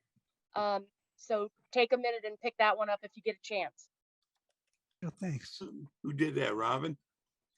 Yes. Yeah, that was me. Robin, thank you. It's pride of my life, and I got it published by the wrong person. But it happens. Publishers lie to you. I've been lied to so many times, been screwed over so many times. I could tell you horror story after horror story, but I won't. I want to thank you for Hooked, because as a I've been writing for years, but I didn't have the budget to invest in classes. And that was one of the foundational books that I've reread like 12 times. I'm So looking for who's talking and I can't figure it out. Oh, it's the one that didn't put her video back on. Sorry. Oh, okay, Marilyn. No, that was Carrie. I just wanted to thank you. There's a wealth of information in there for a brand new learning writer. And I'm still revisiting it like for the 12th or 13th time. Y'all are invited to, if you want to join my class as a member or as an auditor, either one. Full member is 400 for a 10-week session. Auditor is $50. If you're a gatekeeper, I'll let you audit for free. And you can send us a link. Just my email address, or go on my blog, which I think Okay. I gave out, because Thank the you. material's on my blog. But my email address, that's how I communicate. I'm on Facebook too. I have 2 pages because I ran out. I did 5,000. They advised me to set up another one. So I got one under Les Edgerton and another one under Les Edgerton, author. So I'm on Facebook quite a bit. I'm on Twitter and all that, but I'm about to get off it. I hate it. Hey, Les, can you put your email address in the chat? Would you be able to do that? Yeah, It's in there. Yeah, it's the email first one. addresses? It's the first one. And it is case sensitive. It's all lowercase. Butch Edgerton at Comcast.net. Yeah. Oh, see, the first thing I have in the chat is something from Carrie. So I came in later. So you must have put it in before I came in. Yeah, I don't have it either. Yeah, can you re-put it in there so we have it? Sure. Thank you. Yeah, and Jim, did you want to say something?